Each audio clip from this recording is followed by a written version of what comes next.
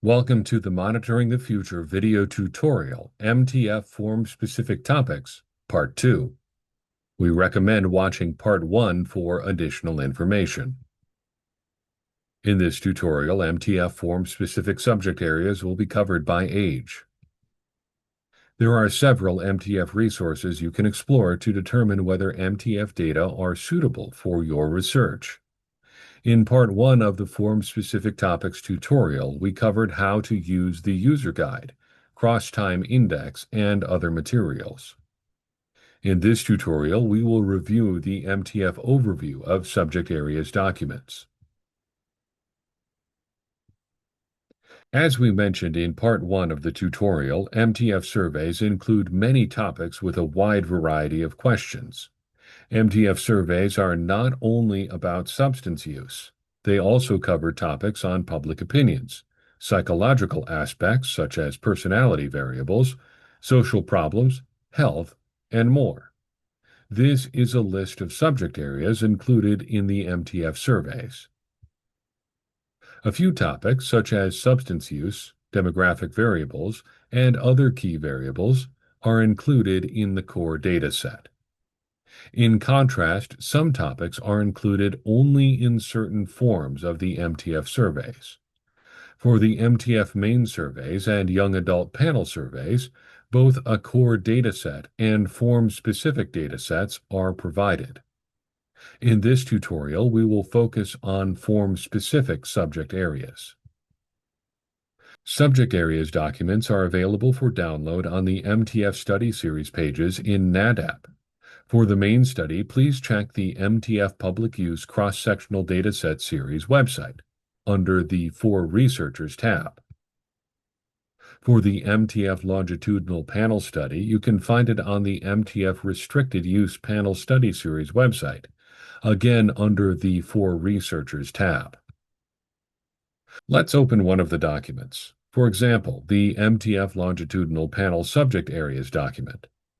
After opening the document, you will first see the cover page. Then, using the sheets at the bottom, you can find the subject area key and the subtopics under each subject area key. We will review subject areas in MTF by age. First, the 12th grade surveys include 6 forms.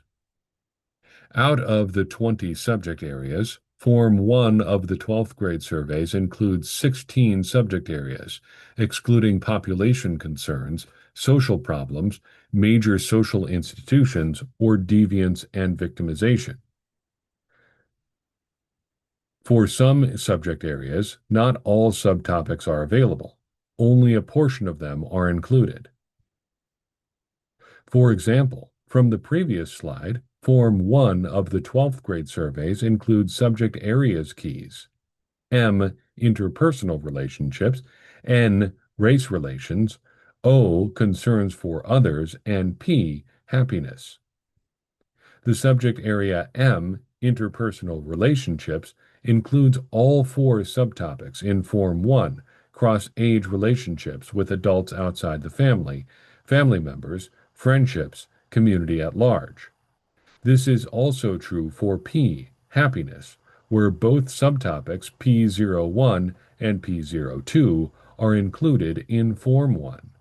However, not all subtopics are always available. The subject area N, race relations, includes only one subtopic in Form 1, N02, attitudes toward discrimination.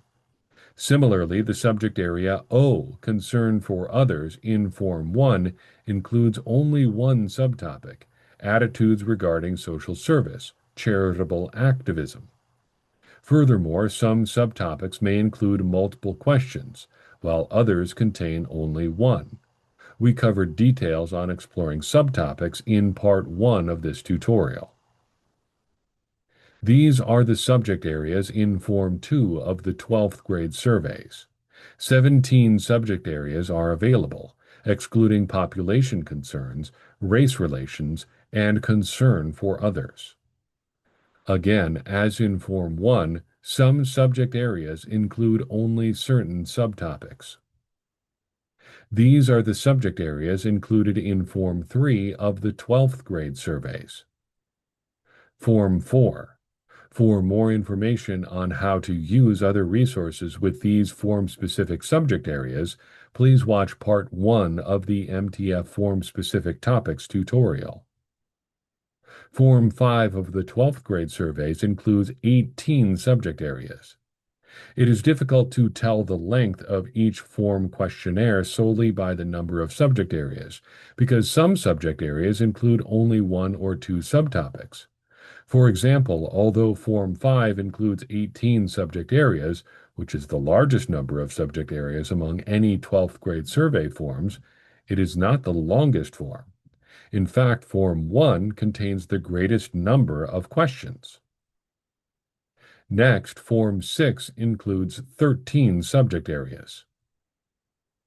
The subject areas highlighted in blue on this slide are available in all forms of the 12th grade surveys. However, only some subtopics from these subject areas are included in certain forms.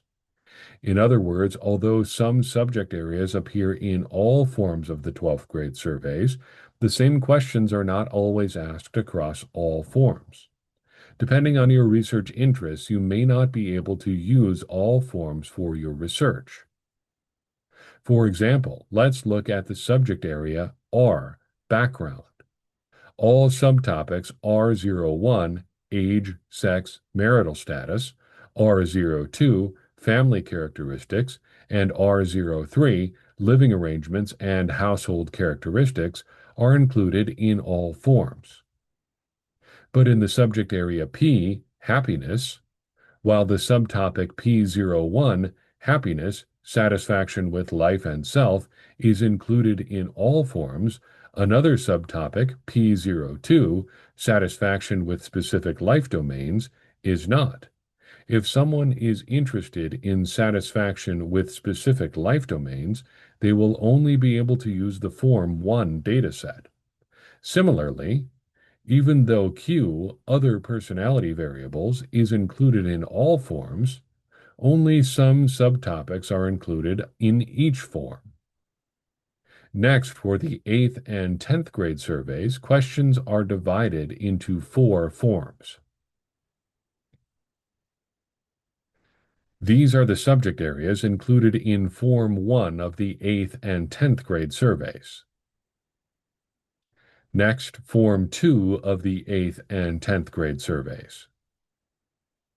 In Form 3 of the 8th and 10th grade surveys, 11 subject areas are included.